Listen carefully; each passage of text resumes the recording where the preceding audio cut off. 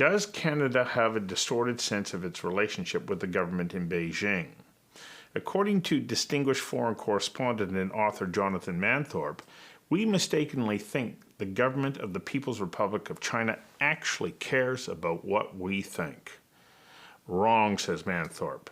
They care about what is said about them by foreign governments because they want to portray a utopian image of the economic miracle that continues to unfold in their country. Any criticism is quickly challenged internationally and silenced within their borders. What is equally concerning to the government in Beijing, according to Manthorpe, is criticism from expats. In his book, Claws of the Panda, Manthorpe points out the ruling party keeps tabs on vocal opponents and lets them know they are watching, and that they are more than willing to include extended family members in their campaign to silence the voices they do not want to hear. When our Prime Minister says he is going to talk to the government in Beijing about human rights and the rule of law, Manthorpe says all that does is irritate the Chinese government, and it throws a chill on government-to-government relations. Then add in the arrest of Meng Wanzhou of Huawei, and the relationship turns icy cold with far-reaching consequences that affect any Canadian who travels to or does business with China. We invited Jonathan Manthorpe to join us for a conversation that matters about our distorted view of our relationship with China and how we might get it back on track to accurately reflect its true nature. That being, we are a pawn in China's North American strategy, and we own natural resources that their overheated economy needs. Conversations That Matter is a partner program of the Center for Dialogue at Simon Fraser University. The production of this program is made possible thanks to the following and viewers like you. Please become a patron at conversationsthatmatter.tv. Mr. Manthorpe, welcome. Thank you. Your book is timely and prescient in many ways, and but it also gives a historical overview of our relationship between Canada and China.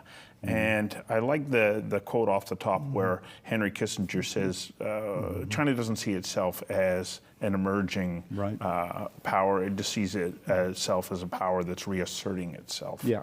And have we gotten our relationship with China mixed up a little bit where we thought that we were the more important power? We've suffered from self-delusion in the relationship with China almost from the beginning.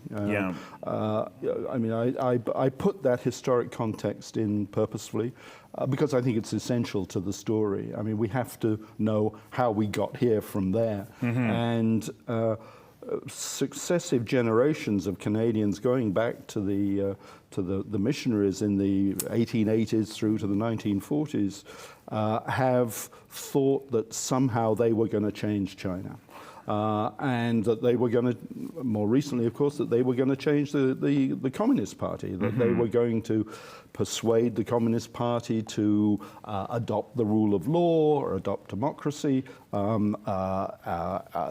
become stakeholders in regional security and everything else, and it hasn't happened. None of it's happened. And the pretense was that it would happen as a result of prosperity. And we weren't alone in that. You know, the Americans were involved in that, the Australians as well. But you know, when China was ushered into the WTO, the World Trade Organization, in the turn of this century, I mean, the expectation was that as it became a middle-class country, that the middle class would demand political representation. Well, it hasn't happened. The Communist Party has gone in entirely the opposite direction. It has become an authoritarian state of the most of a uniquely technical kind. We haven't seen anything like this before in human history or in the history of authoritarian states. It's quite astonishing. You point out with that metaphor about the glass that can easily shatter with just the right touch.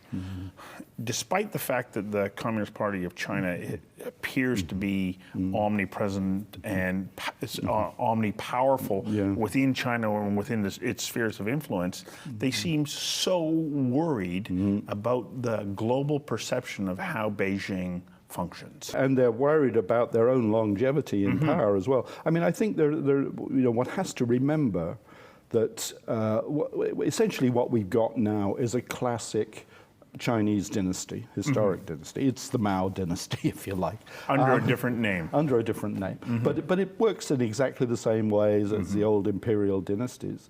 And yeah, I think one has to remember that there has never, ever, ever been, in the 5,000-year history of this country, there has never been a peaceful change of dynasty. They've always been accompanied by violence. Right. And so, you know, really ever since Tiananmen Square, the Communist Party has been paranoid that some sort of national movement would spring up that would depose them. And so they have jumped on anything that appears above the balustrade, whether it's lawyers, many of them trained in a Canadian aid program, or Falun Gong or other religions, Catholics, Protestants, whatever. They're particularly concerned about religion. I think the Qing dynasty was almost overthrown in the middle of the 19th century by the Taipan sort of Christian movement. And so the communists are particularly concerned about religion. I think in large part because they have seen so many Chinese people adopt religious practices after the Communist Party really abandoned its, if you like, spiritual context, and became really a party of economic advancement. Got to get you to hang on for a second while we take a quick commercial break. Conversations That Matter is brought to you by Odlum Brown, a client-focused investment firm that starts client relationships with straightforward conversations focused on you, your aspirations, and your investment priorities. Odlum Brown has been a supporter of Conversations That Matter from the day we started this show. Their only condition was that we provide a non-biased conversation with people from all sides of all sorts of issues. And of course, we couldn't produce this show without the support of Oh Boy Productions. If you're looking to produce a show like this one, I suggest you reach out to Oh Boy. They can help you produce it, and they can help you build your audience. And we also need your support. I ask you to please pledge $1 per show by going to conversationsthatmatter.tv/donate, because those dollars add up and play an important role in helping us produce this show. Now, back to the show. What I find interesting in reading your book, and you talk about the United Front as being this branch of the Chinese Communist government that controls that messaging on so many different levels. How prevalent has it become, or omnipresent in Canadian society without us really paying attention? Particularly since Xi Jinping came to power in 2012. He calls it China's magic weapon, or Communist Party's magic weapon. Xi Jinping has put a huge amount of resources into the United Front, which is best described as a political warfare organization. The responsibilities of the United Front have been expanded tremendously. Every government department now, at home or abroad, has United Front offices within it. And it is, as you say, it's a charm offensive operation, but it is a political offensive one. I mean, an interesting incident at the beginning of these demonstrations in Hong Kong.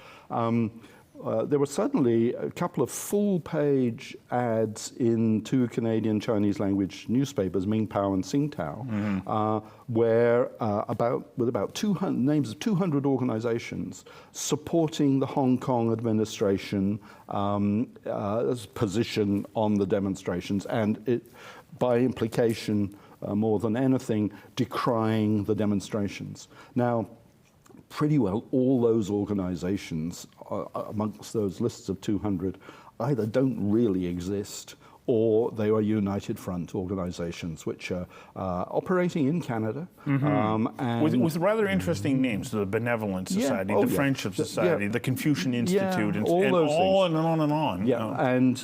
And you can, not exclusively, because there are some very notable exceptions, but almost exclusively, if it's got friendship or alliance or cooperation in the name, it's a United Front operation. But that sort of gives you those ads gave an indication of just how organized and how pervasive United Front operations are here. The Chinese language media in Canada now is almost entirely controlled by the Communist Party, as it is in Australia and in the United States. So they're sending out a jaundiced or a particular perspective on world events, and especially how they relate to China. Absolutely. Most of our quotes Chinese immigration recently has come from the mainland. Yes. These new immigrants, I mean, again, they want to be here, they don't want to be there, and many of them are really alarmed to come here and find that their lives are still controlled to a significant degree by the Communist Party. Well, as you point out in the book, they're being watched. Absolutely. And at times threatened. Yep. I was shocked when I read that there are people who are saying, I have received phone calls in the middle of the night, and there's my aunt or there's my sister on the mother phone. Or whatever. Yeah. Saying, please stop your activities. From, like they've been brought in from a village that's outside of a main center in the middle of the night to make this phone call to say, please stop, because you're putting us in peril. That's right. And, you know, this is a classic tactic of the Chinese Communist Party, this kind of intimidation. Now, you know, I was very careful about all those incidents that I put in the book, and they're right at the front, they're in chapter 1. I only put the ones in that I could verify from 2 or 3 sources. There were many more. This is far more pervasive than we believe. There have been a lot of warnings to governments of both major parties here about this activity for a long time. The first report that the Canadian Security Intelligence Service did on this, first public report, was back just about 1997-98. It was a report about how the Communist Party had used the United Front in the run-up to the handover of Hong Kong, and then the latter half of the report, or third of the report, was a warning about the rise of the United Front here. Then the Sidewinder report did the same thing, and there have been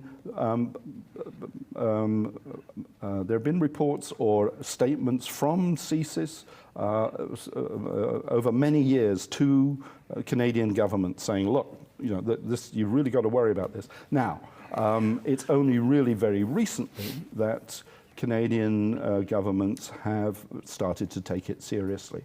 That begs a question. You know, we started off by talking about believing that we had this paternalistic or distorted vision of what our power was in this relationship. Is this been part of the problem with political leaders not looking at the reports that are coming from our own intelligence services? It's like, we got this under control because, well, it's China. Well, and we have a special relationship. And now, look, you know, this is an interesting question because I don't think that in our sort of democracy we want our political leaders taking the word of our intelligence agencies, and just at face value. We want them questioning it. We want them questioning it, and so that's entirely proper. But when you've got CSIS giving these reports for consistently for 20 years or so, then you think that the political leaders ought to be taking more notice than they have. And I think that you know, your question is absolutely right, that a lot of the sloughing aside of these whole issues was because the charm offensive of the Chinese Communist Party with our political leaders, with our business community, has been very, very successful. You know, it's interesting when you look in the rearview mirror, especially as you have done with this book, and you see the normalization of relations with China under Pierre Trudeau, and how he believed that he was the master of that, but really it was Mao Zedong who said, we have an ally in America's backyard. They were really the architects of that. They picked us. We didn't pick them. That's right.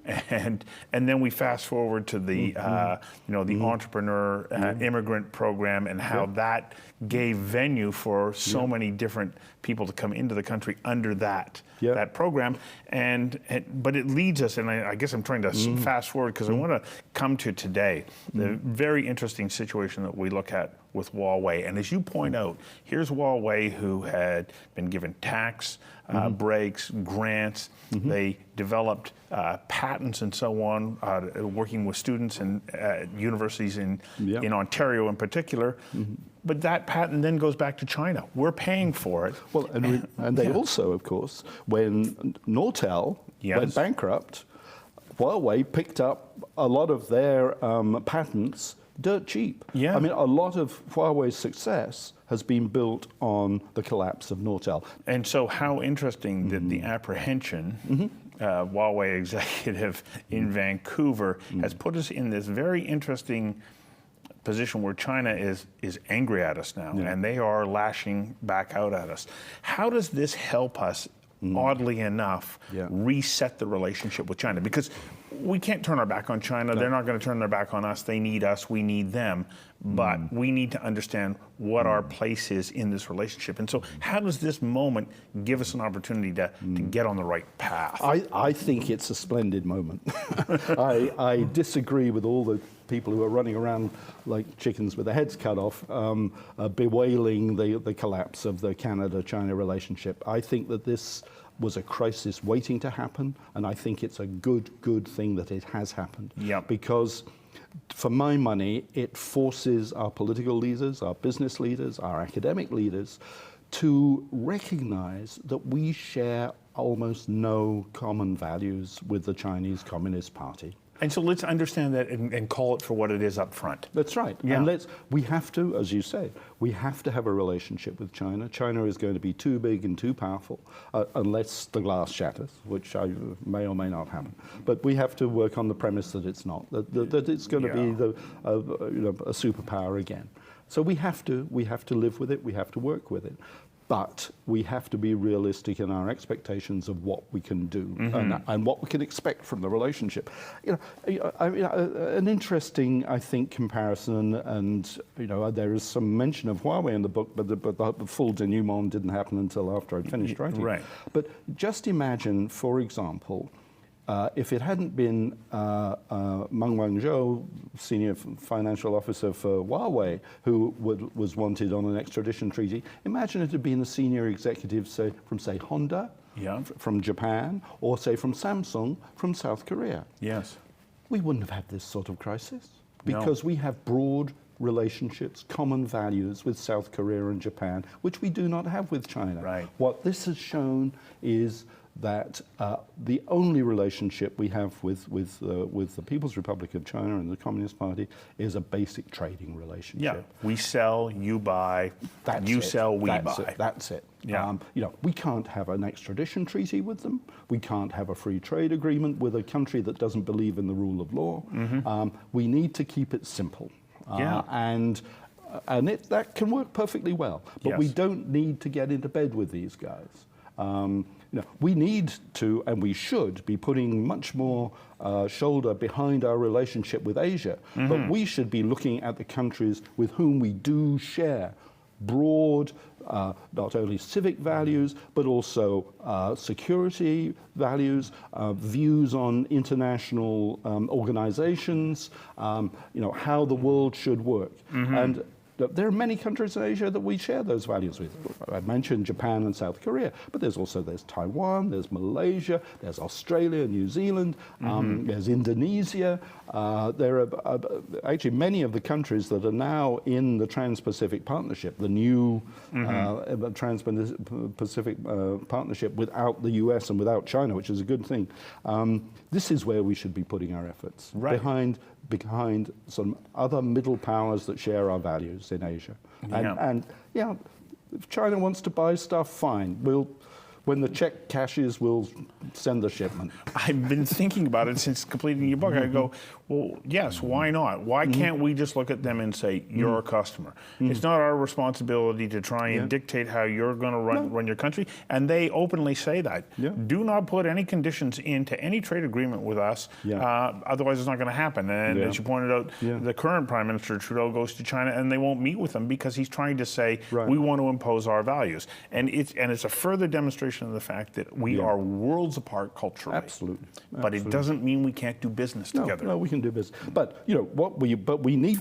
I mean, okay, we want to stay out of their front yard, but we want them out of our front yard too. I mean, but we have to be paying much more vigilant attention to make sure that they're not interfering the way that you've pointed out that they are.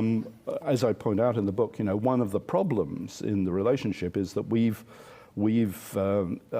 imported a lot of corruption in this relationship, and I think that actually we can tackle. I mean, a lot of people in the last few weeks, since the whole Huawei thing blew up, have said, we have to try and make peace with China. We have no leverage in this game. They're a massive country. We're only 36 million people. We can't go head to head with them. There are things we can do. Yes. And one of the things I suggest that we ought to be doing is cleaning up our own corruption here. We've had these reports from the government here in BC in the last few months about the extent of money laundering here. I mean, we ought to be ashamed. We've become a global center for money laundering. If you believe the Mounties, it's about $12 to $20 billion a year of money is laundered through Canada. If you believe the World Bank, it's $50 billion. Yeah. We have got a lot to be ashamed about, and we need to clean it up. And we need to do that for our own good, but in doing it, we would also clean out a lot of the red aristocrats who have been using Canada as a money laundering center. And so we can get them as collateral damage. Okay, I'm going to have to give a little shout out to Carol James and the NDP, because they have now started to say, sorry, you can't hide behind ownership on that property as a numbered company. Yep. It now has to be identified. And that is, there's no doubt it's going to... We need that nationally. We need to have clear records. There are questions about whether they're publicly available because of our stupid freedom of information privacy legislation, which makes a lot of this stuff difficult. But we need to have clear records of the beneficial ownership of property, of companies, and of trusts. Yes. Now, maybe the beneficial ownership would be available only to federal government or other government institutions, but there need to be very strong penalties attached to them, and they need to be applied.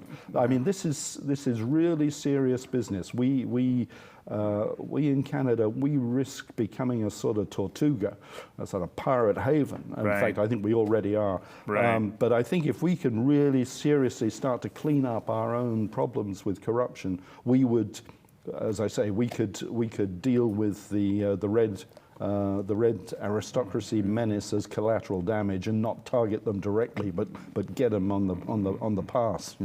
Well, this is an extraordinary book that you've written. I wish that I had way more time, because it covers so many different areas. I really appreciate you taking the time to come in and share that with us. My pleasure. Thank you very much.